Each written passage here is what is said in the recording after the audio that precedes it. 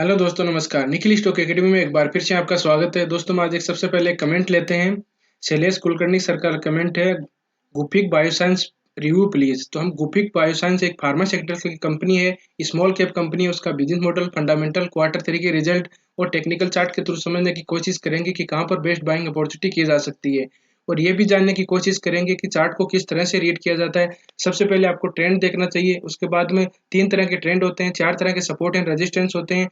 RSI में positive diversion और negative diversion किस तरह से आइडेंटिफाई किए जाते हैं, वो चार्ट में रीड करने की कोशिश करेंगे। दीपक नाइटर एल्काइल माइन के बारे में डिस्कस किया कि कौन सी बेहतरीन रिटर्न दे सकती है। सीडीएसएल, बोरोसिल रिन्यूएबल और हैप्पीएस्ट माइंड आईएक्स के बारे में डिस्कस किया। आप पहले से इन्वेस्ट हो या फ्रेश बाइंग करना चाहते हो तो इन वीडियो को देख के ये डिसाइड कर सकते हो कि अपने को किस तरह से बाइंग अपॉर्चुनिटी की जा सकती है। चैनल पर नहीं हो तो चैनल को सब्सक्राइब जरूर कीजिए, बेल आइकन के ऑल पर जरूर क्लिक कीजिए, जिससे कि नया वीडियो आने पर आपके पास नोटिफिकेशन सबसे पहले आए। अब चलते हैं बिजनेस मॉडल पर। गुपिक बायोसाइंस एक फार्मा सेक्टर की स्मॉल कैप कंपनी है। उसकी स्थापना 1970 में की गई थी। इसका हेडक्वार्टर बॉम्बे में है। ये प्रोडक्ट का फार्मा सेक्टर से रिलेटेड प्रोडक्ट का मैन्युफैक्चरिंग करते हैं। High quality pharmaceutical herbal product along with the wide range of the API. API होता है एक तो फार्मास्यूटिकल से रिलेटेड, एक हर्बल प्रोडक्ट का भी ये मैन्युफैक्चरिंग करते हैं। और एपीआई एपीआई होता है एक्टिव फार्मास्यूटिकल इंग्रेडिएंट, यानी कि फार्मास्यूटिकल की कोई दवाई आती है, उसका रॉ मटेरियल होता है, उसको एपीआई बोला जाता है। जिस तरह से कोई टेबलेट आती है तो उसमें पैरासीटामोल होता है, वो एपीआई होता है। बाद में देखिए, we are one of the largest manufacturing of lyophilized injection in India. तो लियोफिलाइज्ड इंजेक्शन आते हैं जिनका खुद का प्लांट भी है। किस कहाँ पे यूज में किए जाते हैं ये इंजेक्शन आते हैं जो एंटीबायोटिक में यूज में किए जाते हैं। एंटी फंगस की बीमारी होती है उसमें यूज में किए जाते हैं।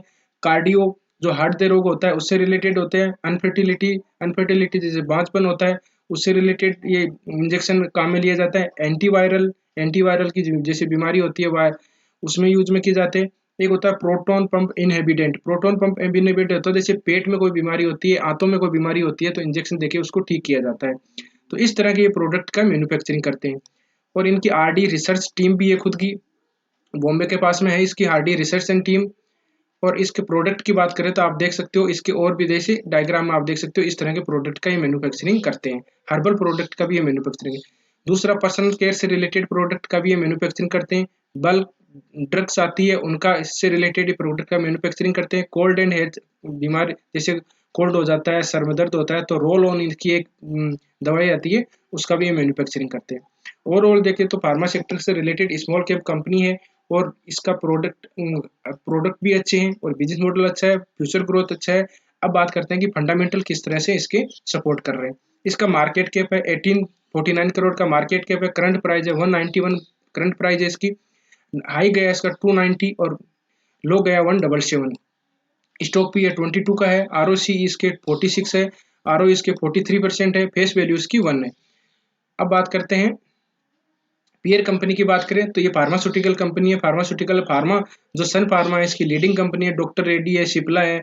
इसमें लास्ट में आप देख सकते हो कि गुपिक बायोसाइंस लास्ट में ये मार्केट कैप के हिसाब से है। अब बात करते हैं कि प्राइस में जिस तरह से थोड़ा बहुत डिक्लाइन हो रहा है तो क्वार्टरली रिजल्ट देखते हैं अपन। 3 क्वार्टरली रिजल्ट की बात करेंगे, जून की, सितंबर की और दिसंबर की। बाद में देखेंगे अपन सेल देखेंगे कितना सेल हुआ है, इसका एक्सपेंडिचर कितना खर्चा हुआ है, और नेट प्रॉफिट और ईपीएस अर्निंग पर शेयर होता है उसके बारे में देखेंगे। जून का देखेंगे, सितंबर और दिसंबर का भी जो क्वार्टरली रिजल्ट है उसका भी देखेंगे। तो जून की बात करें तो सेल हुआ 165 था, सितंबर का 175 और दिसंबर का अभी का आया हुआ 177 है। तो इसमें कोई भी ज़्यादा सेल इसका इंक्रीज नहीं है, 2 करोड़ का ही है। एक्सपेंडिचर की बात करें तो जून का 132, बाद में सितंबर का 142 और दिसंबर का 144। तो इसमें एक्सपेंडिचर भी बढ़ा है इसका। नेट प्रॉफिट की बात करें तो जून का था 21 करोड़ का, सितंबर का था 20 करोड़ और दिसंबर का भी 20 करोड़। तो आप देख सकते हो कि ईपीएस इसका नेट प्रॉफिट में ज़्यादा इसमें इंक्रीज नहीं है। ईपीएस अर्निंग पर शेयर होता है वो 20 उसका 2.17 था, 2.08 है और 2.10 है। तो इसमें देख सकते हो कि आपकी नेट प्रॉफिट में कोई ज़्यादा इंक्रीज नहीं है, एकदम कांस्टेंट है। अब बात करते हैं वाई टू वाई बेस देखें। वाई टू वाई बेस देखते हैं अपन, नेट प्रॉफिट देखते हैं डायरेक्ट 20, 21 और 22 की बात करें तो नेट प्रॉफिट 20 का था 23 करोड़ का था, मार्च 21 का था 44 करोड़ था और मार्च 22 का था 96 करोड़ था। इसमें कोई ज़्यादा दिक्कत नहीं है क्योंकि वाई टू वाई बेस अभी का जो क्वार्टरली रिजल्ट है वो कांस्टेंट आया है, इस वजह से आपको उसमें दिखाई दे रहा है। अब जिन्होंने 10 साल पहले इन्वेस्ट किया था उनको 40% के लगभग मिल रहा है, 5 साल पहले इन्वेस्ट किया था उनको 12% के लगभग रिटर्न मिल रहा है, 3 साल पहले इन्वेस्ट किया उनको 58% के लगभग है, और 1 साल पहले इन्वेस्ट किया उनको माइनस में 24% का रिटर्न मिल रहा है। अब बैलेंस शीट की बात करें, बैलेंस शीट कंपनी की देखना जरूरी है। सेल इसका कितना है, शेयर कैपिटल है 10 करोड़ का है, रिजर्व इसके पास में 300 करोड़ है, बोरिंग इसके पास कर्जा कितना है 185 करोड़ का कर्जा है, अदर लाइबिलिटीज की बात करें तो 200 करोड़ है। अब बात करते हैं अपन इसका शेयर होल्डिंग पैटर्न। प्रमोटर के पास होल्डिंग देखो 75% है, एफआईज के पास होल्डिंग कम है इसकी, मतलब 0.16 है, और डीआईज के पास में होल्डिंग 1.16 है, पब्लिक के पास में 23% है। इसमें आप एक नेगेटिव पॉइंट भी देख सकते हो कि एफआईज और डीआईज की होल्डिंग नहीं है, पर और इसका पॉजिटिव पॉइंट की बात करें तो प्रमोटर के पास बहुत ही अच्छी होल्डिंग है। पहले इसमें कोविड के टाइम मार्च 20 में थी 65% के लगभग थी, और अभी ये है 75% के लगभग होल्डिंग है। तो आपको किसी भी स्टॉक को बाय करते हो तो उसका business model, fundamental, future growth जरूर देखना चाहिए, और उसके बाद में टेक्निकल चार्ट को जरूर देखना चाहिए। टेक्निकल चार्ट के बगैर आपको किसी स्टॉक में इन्वेस्ट नहीं करना चाहिए। तो अपन चार्ट की बात करें तो सबसे पहले चार्ट को, ये डेली टाइम फ्रेम का चार्ट है, तो सबसे पहले आपको ट्रेंड देखना होता है। 3 तरह के ट्रेंड होते हैं, एक अप ट्रेंड होता है, एक डाउन ट्रेंड होता है, एक होता है साइडवेज। तो अप ट्रेंड की क्या खासियत होती है कि लेफ्ट कोने से, यहाँ से लेफ्ट से लेके और राइट की तरफ ऊपर कोने से अगर कोई आप लाइन ड्रॉ करते हो और वो प्राइस भी ऊपर की तरफ जा रही है तो उसको अपन बोलते हैं अप ट्रेंड बोला जाता है। डाउन ट्रेंड की बात करें, लेफ्ट ऊपर टॉप से लेके राइट की तरफ नीचे कोने के लगाते हो और लाइन ड्रॉ करते हो, प्राइस का मूवमेंट अगर डाउन की तरफ है तो उसको बोलते हैं डाउन ट्रेंड। तीसरा ट्रेंड होता है साइडवेज, तो लेफ्ट कोने से लेके राइट की तरफ जाते हो तो अगर उसको साइडवेज यानी कंसोलिडेट फेज भी उसको बोला जाता है। तो ये सिंपल लैंग्वेज में आप समझ सकते हो कि अप ट्रेंड, डाउन ट्रेंड और साइडवेज किस तरह से। दूसरी अगर अपन एडवांस में देखें कि अप ट्रेंड और डाउन ट्रेंड किस तरह से आइडेंटिफाई किए जाते हैं, तो उसका होता है कि अप ट्रेंड को हायर टॉप हायर बॉटम बनते हैं। किस तरह से बनते हैं चार्ट में देखते हैं। ये देखिए, यहाँ मैं पहले से लेता हूँ, ये 16 से लेके और यहाँ पर कंसोलिडेट दिया। कंसोलिडेट के बाद में देखिए एक चीज ध्यान रखना कि किसी भी स्टॉक में आप बाय करते हो तो कंसोलिडेट फेज से बचा करो। देखो यहाँ से लेके यहाँ तक इसने कोई भी रिटर्न नहीं दिया, ब्रेकआउट किया, रिटेस्ट किया, फिर निकल गया। तो आपको देखिए 16, 15 से लेके और 17 तक कोई भी रिटर्न नहीं मिला। तो इन चीजों से मतलब फेज में आपको बचना चाहिए। अगर इनकी बात करें तो मैं आपको यहाँ से मान लीजिए टॉप मान लिया, इसको बॉटम मान लिया, इसके बाद में इसको टॉप के ऊपर वाला टॉप हायर टॉप होता है, ये बॉटम हो गया तो इसको हायर बॉटम बोलते हैं। तो हायर टॉप हायर बॉटम इसमें बनते हैं। और उसके बाद में आप देख सकते हो टॉप बना तो हायर टॉप ये बनते जा रहे हैं, ऊपर की तरफ जाओगे तो हायर बॉटम बनते हैं। तो मतलब कहने का मतलब अप ट्रेंड में हायर टॉप हायर बॉटम बनते हैं। ये टॉप लगाए, दो टॉप लगाने के बाद में ये लोअर टॉप बना, तो मतलब डाउन ट्रेंड में था लोअर टॉप बना। तो डाउन ट्रेंड में क्या बनता है, लोअर टॉप लोअर बॉटम बनते हैं। ये लोअर टॉप था, ये बाद में बॉटम आना तो इसको लोअर बॉटम। तो डाउन ट्रेंड में लोअर टॉप लोअर बॉटम बनते हैं। इधर आ गया लोअर टॉप लोअर बॉटम, ऊपर की तरफ इसने ब्रेकआउट किया, देखिए ब्रेकआउट किया, यहाँ से ब्रेकआउट किया, रिटेस्ट किया। अब देखिए इस रेंज में आपको कोई एक रिटर्न नहीं मिला, कब से लेके 19 से लेके और 20 जुलाई 20 तक कोई रिटर्न मिला। ब्रेकआउट किया, रिटेस्ट किया, ठीक है, और फिर ऊपर की तरफ आप देख सकते हो। अगर किसी स्टॉक में आप इन्वेस्ट करते हो तो रिटेस्ट, अगर देखो ट्रेडिंग करते हैं तो भी हम सबसे अच्छा होता है कि आपको पुल बैक पे ही बाई अपॉर्चुनिटी करनी चाहिए। जैसे अगर ये 5 मिनट का टाइम फ्रेम मान लेते हैं तो ये इसको ब्रेकआउट किया, तो ब्रेकआउट किया तो देखो अच्छी एक आपको मूवमेंट दिखाई दी है, लेकिन ब्रेकआउट करने के बाद में इसको आपको पुल, ये बोलते हैं पुल बैक या इसको बोलते हैं रिट्रेसमेंट। रिट्रेसमेंट करके फिर ऊपर की तरफ चला गया, आप इसका स्टॉप लॉस लगा सकते हो इस तरह से बाद में ऊपर की तरफ। तो इसमें क्या हुआ, डाउन ट्रेंड। और दूसरा, ये डाउन ट्रेंड चला, लोअर टॉप लोअर बॉटम बने। अब इसको ट्रेंड चेंज कब होगा, ट्रेंड जब होगा जब इसको लोअर टॉप को ऊपर की तरफ ब्रेकआउट करेगा। ये ब्रेकआउट किया, फिर ट्रेंड चेंज हो गया, और फिर बाद में लोअर टॉप लोअर बॉटम बने। और अब अभी की इसकी मैं बात की, टॉप दो टॉप लगाए और फिर बाद में यहाँ नीचे की तरफ तो लोअर टॉप बना और लोअर बॉटम बन गया, ये लोअर टॉप लोअर बॉटम बन गए। अभी इसको ऊपर की तरफ जाएगा तो सबसे पहले आपको ध्यान रखना है कि ट्रेंड चेंज कब होगा, जब ये 240 के लगभग ऊपर की तरफ ब्रेकआउट होगा तभी चेंज होगा, अदरवाइज नहीं होगा। सबसे पहली बात। दूसरा है लोअर टॉप लोअर बॉटम, यहाँ पर देखो कंसोलिडेट फेज था ये, आप देख सकते हो कि एक रेंज बाउंड एरिया था, इसको 3 बार 4 बार टेस्ट किया था, उसको नीचे की तरफ ब्रेक डाउन कर दिया। तो चार्ट को देखिए तो अभी ब्रेक डाउन किया तो नीचे पॉसिबिलिटी सपोर्ट बनने की पॉसिबिलिटी है। कहाँ बनने की है, एक तो सपोर्ट देखो ये पहले वाला आ रहा है, दूसरा इधर भी आ सकता है, वो देखेंगे आगे। तो पहला सपोर्ट अभी तो बाइंग अपॉर्चुनिटी इसमें नहीं करनी चाहिए, 170 के लगभग इसमें एक सपोर्ट है, पहला सपोर्ट है, वहां पर आएंगे तब इसमें अपन बाइंग अपॉर्चुनिटी देखेंगे आगे हम चार्ट में। तो ट्रेंड को देख के अभी बाइंग अपॉर्चुनिटी नहीं देखनी, नहीं करनी है। अब देखते हैं ट्रेंड रिवर्सिंग कैंडलस्टिक पैटर्न। मतलब आपको चार्ट में पता होना चाहिए कि किस तरह से ट्रेंड रिवर्सिंग कैंडलस्टिक पैटर्न बनते हैं, जैसे morning star formation, evening star formation, morning doji star formation, hammer किस तरह से काम करता है, बुलिश इनगल्फिंग किस तरह से काम करते हैं, बियरिंग इनगल्फिंग के पैटर्न होते हैं, इनके बारे में डिटेल से हमने डिस्कस कर रखा है। आरएसआई में डाइवर्जन किस तरह से देखे जाते हैं, फिबोनाची रिट्रेसमेंट किस तरह से काम करता है, उनकी प्ले लिस्ट है, लिंक डिस्क्रिप्शन में, आप जाके उनको देख सकते हो और सीख सकते हो। बिना सीख के दोस्तों आपको इन्वेस्ट नहीं करना चाहिए, बिल्कुल आपको लर्निंग करनी है, फिर धीरे धीरे स्टेप बाय स्टेप आप उसको सीख सकते हो। और अगर कोई स्टॉक में जैसे अपडेट होता है, हमने डिस्कस कर लिया और उसके बाद में अगर उसमें कोई चेंजिंग होता है तो टेलीग्राम चैनल स्टार्ट किया, उसका लिंक डिस्क्रिप्शन में फ्री में है, जो जाके ज्वाइन करना चाहता है वो कर सकता है। और उसमें आप जैसे कोई होता है तो उसमें पूछ भी सकते हो कि उसमें रिप्लाई।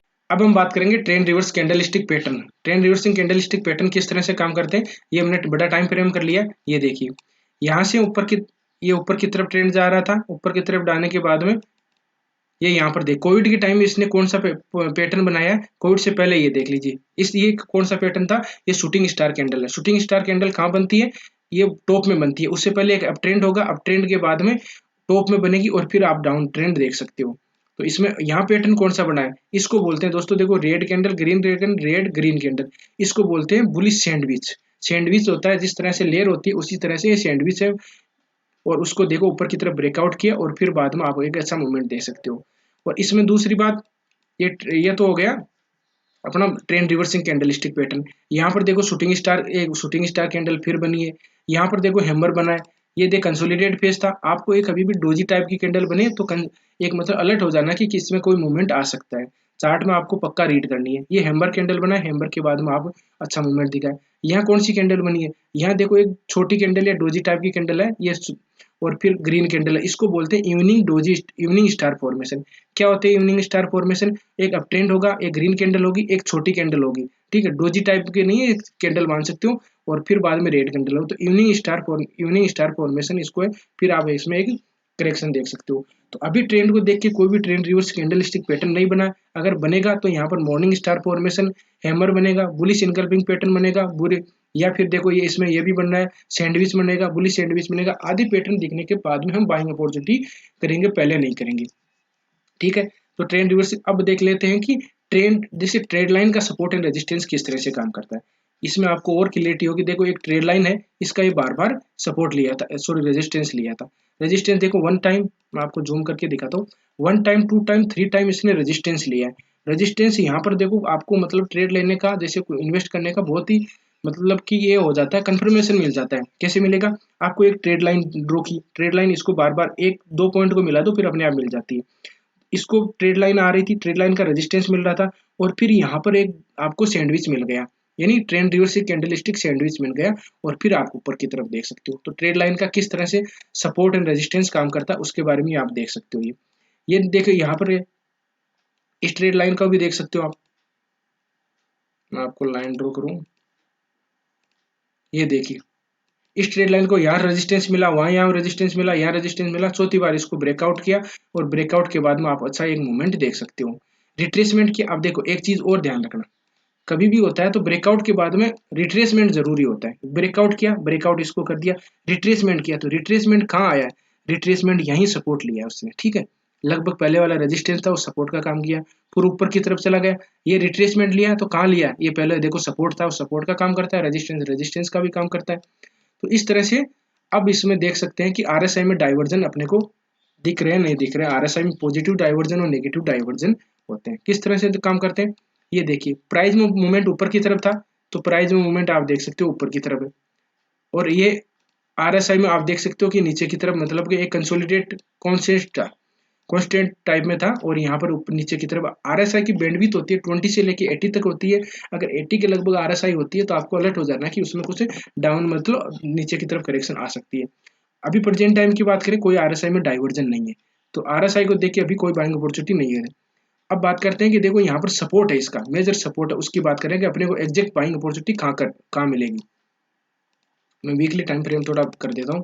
यहाँ पर इसको ब्रेक डाउन कर दिया इसने, ब्रेक डाउन करने के बाद में पहला सपोर्ट तो यहीं लगभग आ रहा है, ठीक है, ये आ रहा है लगभग, प्राइस है 170 से अगर ऊपर की तरफ जाता है, कोई trend reversing candle stick pattern बनाता है, तब इसमें थोड़ी बहुत बाइंग अपॉर्चुनिटी की जा सकती है। मेरे हिसाब से अच्छी बाइंग अपॉर्चुनिटी कब होगी, ये एक मेजर इसका रेजिस्टेंस है, वो अभी सपोर्ट का काम करेगा। किस तरह से, ये देखिए ये देखिए यहाँ पर ये रेजिस्टेंस था, पहले रेजिस्टेंस था, रेजिस्टेंस ऊपर को ब्रेकआउट हुआ तो वापस रिटेस्ट करने की पॉसिबिलिटी इसकी बन सकती है। लगभग प्राइस है 160 के लगभग, मान लीजिए 60 के लगभग हो सकती है, थोड़ा बहुत 5-4 पॉइंट इसमें ज़्यादा ऊपर नीचे भी हो सकता है। तो 160 के लगभग अगर बाइंग अपॉर्चुनिटी होगी तब अपन बाइंग अपॉर्चुनिटी की जा सकती है, अदरवाइज नहीं किया। आने वाले समय में एक रिटर्न दे सकती है, आपको बेहतरीन रिटर्न दे सकती है। अगर फार्मा सेक्टर की स्मॉल कैप कंपनी है, इसका फ्यूचर ग्रोथ भी अच्छा है और चार्ट भी इसका बहुत ही अच्छा सपोर्ट कर रहा है, लेकिन बाइंग अपॉर्चुनिटी आपको अभी नहीं करनी चाहिए। 160 के लगभग आए तब बाइंग अपॉर्चुनिटी कर दे। फिर भी यहाँ पर कोई trend reverse candle stick pattern बनेगा। अब बात करते हैं फिबोनाची रिट्रेसमेंट किस तरह से काम करी। देखो एग्जिट टर्मिनल लाइन ड्रॉ करी है या सपोर्ट। अब देखो सपोर्ट किस तरह से इसने क्या है, क्या ये पहले रेजिस्टेंस देखो 23%, 38% पर इसने सपोर्ट लिया था। 1 टाइम 2 टाइम 3 टाइम इसने 1 टाइम 2 टाइम 3 टाइम इसने सपोर्ट लिया और इसको ब्रेक डाउन भी कर दिया। ब्रेक डाउन कर लिया तो पॉसिबिलिटी बनती है कि यहाँ आ सकता है। और दूसरा रीजन ये कि अपने जो ये सब पहले रेजिस्टेंस था और सपोर्ट वो भी आ रही है। इसकी दो कंडीशन हो गई, एक तो फिबोनाची रिट्रेसमेंट जो कहाँ 50% के लगभग आ रही है, दूसरा आरएसआई में डाइवर्जन दिखाई देंगे तब अपन बाइंग अपॉर्चुनिटी करेंगे, तीसरा यहाँ पर देखिए रेजिस्टेंस था वो सपोर्ट का काम करेगा, तब हो सकता है 61% पे भी आ जाए। इसको अगर ब्रेक डाउन करता है तो यहाँ पर 61% के लगभग, किसी स्टॉक को बाय करते हो तो लगभग 61% की रिट्रेसमेंट होती है तो वो अच्छा माना जाता है, वहां पर बाइंग अपॉर्चुनिटी अच्छी आपको की जा सकती है। यहाँ पर मेजर सपोर्ट इसलिए बोल रहा हूँ कि यहाँ पर ये पहले रेजिस्टेंस था वो सपोर्ट का काम कर सकता है। दोनों तीनों कंडीशन आपको ध्यान रखना, चार्ट को इसको वॉच लिस्ट में लेके और फिर बाद में ध्यान रखते रहना। यहाँ पर कोई trend reverse candle stick pattern बना या फिर यहाँ से ब्रेक डाउन कर दिया, कंसोलिडेट करके ब्रेक डाउन कर दिया, तो यहाँ पर देखेंगे दो इसके मेजर सपोर्ट है। लगभग एक तो मान सकते हो 160 के लगभग और ये दूसरा है 133 के लगभग, तो वहां पर बाइंग अपॉर्चुनिटी की जा सकती है। अभी आप वेट कर सकते हो। अगर आपको स्टॉक अच्छा, किसी स्टॉक के बारे में एनालिसिस चाहते हो तो कमेंट में जरूर बता सकते हो, उसके बारे में हम डिस्कस कर लेंगे। अगर वीडियो अच्छा लगा हो, कंटेंट अच्छा लगा हो तो दोस्तों के साथ शेयर भी कर सकते हो, लाइक भी कर सकते हो। और जिन मेहमानों ने अभी तक चैनल को सब्सक्राइब नहीं किया वो चैनल को जरूर सब्सक्राइब करके जाइए। किसी स्टॉक के बारे में एनालिसिस चाहते हो, कोई भी डाउट रहता है आपको चार्ट के बारे में तो आप कमेंट में बता सकते हो। और जिनको टेलीग्राम चैनल ज्वाइन करना है वो ज्वाइन कर सकते हैं, लिंक डिस्क्रिप्शन में है, फ्री में है। वो जो आप ज्वाइन करें उसके बाद उसमें पूछ सकते हो बाकी किसी में, उसमें कोई भी ऐसे पैटर्न होता है तो चार्ट भी डालता रहूंगा। अगर उसमें ज़्यादा लोग जुड़ जाते हैं तो उसमें बाद में अपडेट करता रहूंगा। उसमें अभी 5-6 लोग ही जुड़े हुए हैं। तो दोस्तों इस तरह से आप स्टॉक में रणनीति बना सकते हो। मेरे हिसाब से बाइंग अपॉर्चुनिटी अभी वेट करना चाहिए, फिर अपन चार्ट के हिसाब से जैसे 50% 61% पर आता है तो बाइंग अपॉर्चुनिटी की जा सकती है। पहले से इन्वेस्ट है वो होल्ड कर सकते हैं अभी, क्योंकि इतने दिन होल्ड कर लिया तो कोई दिक्कत ध्यान रखें। इसीलिए तो मैं बोलता हूँ कि आपको बाइंग अपॉर्चुनिटी बॉटम में किस तरह से होता है तो वो वहां पर करनी चाहिए, ऐसे टॉप में हो गया तो टॉप में नहीं करनी चाहिए। तो दोस्तों इस तरह से स्टॉक में रणनीति बना सकते हो। वीडियो अच्छा लगा हो तो लाइक कर सकते हो, दोस्तों के साथ शेयर कर सकते हो। चैनल को सब्सक्राइब नहीं किया हो चैनल को जरूर सब्सक्राइब करके जाइएगा। वीडियो देखने के लिए बहुत बहुत धन्यवाद। मिलते हैं नेक्स्ट वीडियो में, तब तक के लिए दोस्तों बाय बाय।